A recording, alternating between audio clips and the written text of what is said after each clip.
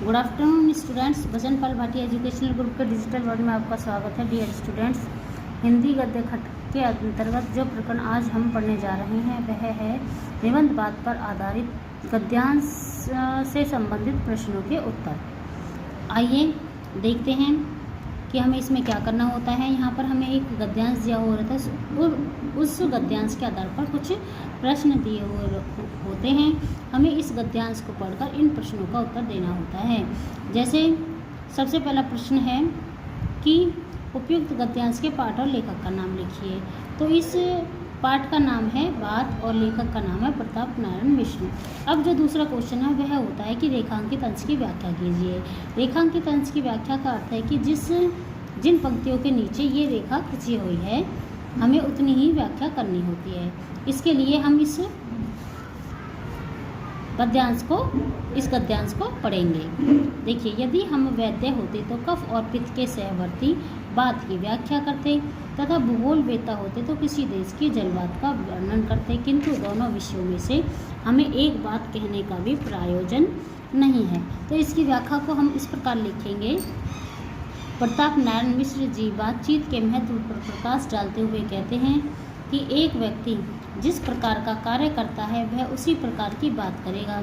उदाहरण स्वरूप आयुर्वेद का चिकित्सक शरीर के तीन दोषों अर्थात वात पित्त व कफ में से वात के विषय में बात करता। वात के विषय में बात क्यों करता? सिर्फ क्योंकि यहाँ पे दे रखा है कि कफ और पित्त के सहवर्ती। अब यहाँ कफ और पित्त का तो नाम दिया हुआ लेकिन वात का नाम नहीं दिया। तो सहवर्ती यानी कि साथ वाला या सहचर। तो कफ और पित्त का सहचर कौन हुआ? बचा कौन? वात। वात अर्थात वायु से संबंधित।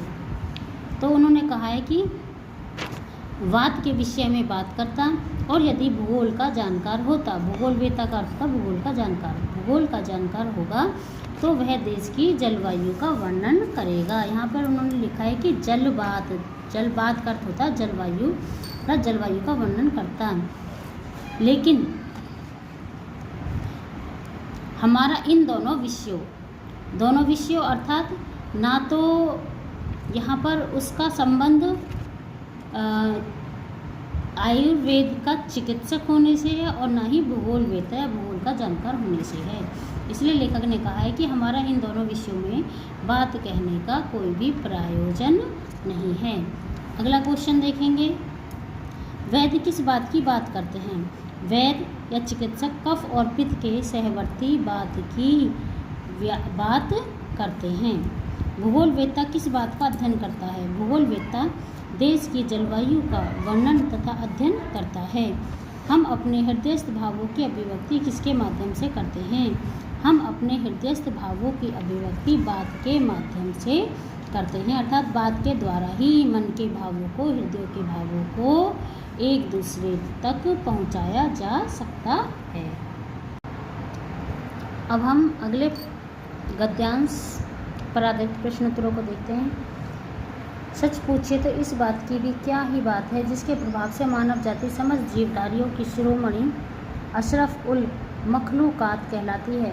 सुख सारिकादि पक्षी केवल थोड़ी सी समझने योग्य बातें उच्चरित कर सकते हैं, इसी से अन्य नभचारियों की अपेक्षा आदृत समझे जाते हैं। फिर कौन न मानेगा कि बात की बड़ी बात है। हाँ, बात इतनी बड़ी है कि परमात्मा को लोग निराकार कहते हैं तो भी इसका संबंध उसके साथ लगाए रहते हैं।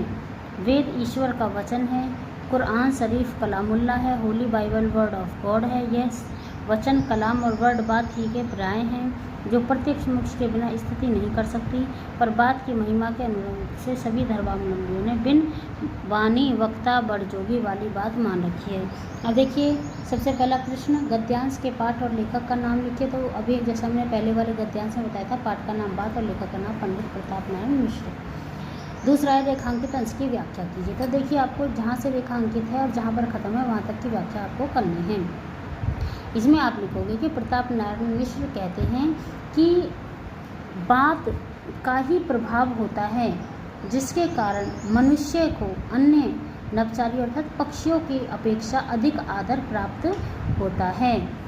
और बात की ही बात इतनी बड़ी है परमात्मा को लोग न देखिए, बात का ही महत्व होता है जिसके कारण से भगवान जिसे लोग निराकार कहते हैं, अर्थात उसका ना कोई रूप है, ना कोई रंग है, ना कोई आकार है, ऐसा भगवान को समझते हैं, लेकिन फिर भी उसकी स्थिति को स्वीकार करते हैं, क्योंकि वो उसका संबंध बात के साथ लगाए रहते हैं। बात के साथ भगवान का संबंध कैसे होगा जब स्थिति उसकी नहीं है? क्योंकि वो अनेक जो धार्मिक ग्रंथ होते हैं उनको भगवान का ही वचन कहते हैं, अर्थात ये कहते हैं कि वे जो वेदों में, कुरान शरीफ में और जो बाइबल में जो लिखी हुई बातें हैं वो सभी ईश्वर के द्वारा कही गई हैं। इस प्रकार से वे भगवान के महत्व को भी, भगवान की स्थिति को भी स्वीकार करते हैं।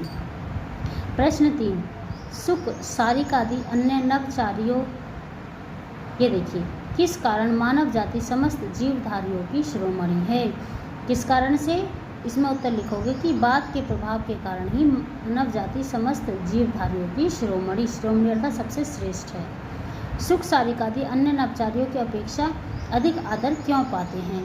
अब यह सुक, सारिका यानी कि तोता, सारिका आदि अन्य नवचारियों की अपेक्षा मनुष्य इसलिए अधिक आदर प्राप्त करते हैं क्योंकि उनके अंदर बातचीत करने की शक्ति होती है, या बातचीत करने के कारण ही वह अन्य नवचारियों की अपेक्षा अधिक आदर प्राप्त कर पाते हैं। निराकार परमात्मा का संबंध बात से कहते हैं। निराकार परमात्मा का संबंध बात से इस प्रकार है कि किसी रूप रंग का ना होने पर भी या इस संसार में स्थित नहीं होने पर भी जो धार्मिक पुस्तकें होती हैं सभी धर्मों की, जैसे हिंदुओं के वेद और जो मुसलमानों की जो कुरान शरीफ होती है उसमें लिखे हुए कलाम और बाइबल में लिखे हुए जो वर्ड होते हैं उन्हीं को भगवान के वचन माना जाता है। इस प्रकार से ये कह सकते हैं कि भगवान निराकार होने पर भी कहीं ना कहीं स्थित अवश्य है। बिन वाणी वक्ता बड़जोगी का आशय स्पष्ट कीजिए। बिन वाणी यानी कि वाणी नहीं होने पर भी बहुत बड़ा वक्ता होता है। इसका क्या अर्थ होता है? इसका अर्थ ये होता है कि ईश्वर वाणी विहीन होने पर भी, यानी कि वाणी के नहीं होने पर भी बहुत बड़ा वक्ता होता है, अर्थात वह बहुत कुछ कह देता है। देखो, इसका कारण यह है कि वेद, पुराण, कुरान व बाइबल की बातों को ईश्वर का कथन मानकर ईश्वर की स्थिति को स्वीकार किया जाता है और ईश्वर का आदर किया जाता है। तो बच्चों, आपको इन दोनों गद्यांश पर आधारित प्रश्न उत्तरों को अपनी हिंदी की नोटबुक में लिखना है।